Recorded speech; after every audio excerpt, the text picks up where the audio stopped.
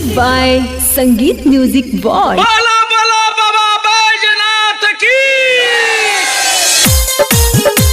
चलाए परदेसिया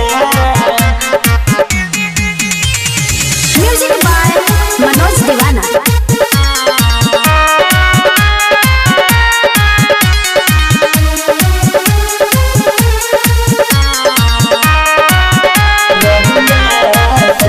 चलाए परदेसिया देव घर गरिया से चलाए परदेसिया देव घर गरिया से गेरुआ पहिरिले निकान्हा पकामर बानी तैयार कई घरिया से चलाए परदेसिया देव घर गरिया से चलाए परदेसिया देव घर गरिया से देव घर गरिया से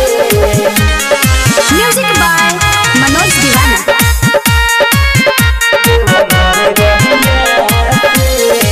बोलबमा बोली चली डगरिया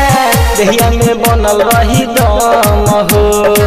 भोले बाबा के मिली सहारा हिम्मत ना होई कम हो ए राजा जी सुनी ना बोलबम चली डगरिया दहिया में बनल रही दम हो भोले बाबा के मिली सहारा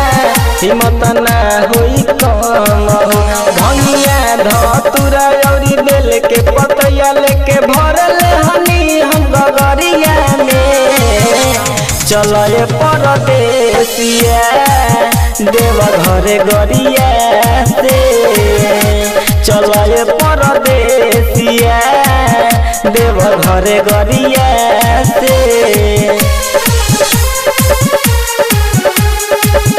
देव घर गरिया से म्यूजिक बाय मनोज दीवाना। राजू शर्मा मनोज दीवाना मानी हमरो बतिया जी मंटू फोरमन जाता वे देव घर लेके अपन संगतिया जी ए राजा जी राजू शर्मा मनोज दीवाना मानी हमरो बतिया जी सुनील छोटू जाता वे देव घर लेके अपन संगतिया जी सावन के हवे ई पहिला सोमारी जल भरे चली भोर हरिया में चलाए परदेसिया देव घर गरिया से चलाए परदेसिया देव घर गरिया से गेरुआ पहिरिले निकान्हा पकामर बानी तैयार कई घरिया से चलाए परदेसिया देव घर गरिया से चलाए परदेसिया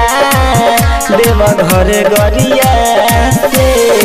संगीत रिकॉर्डिंग स्टूडियो सोमगढ़ चौक साहिबगंज।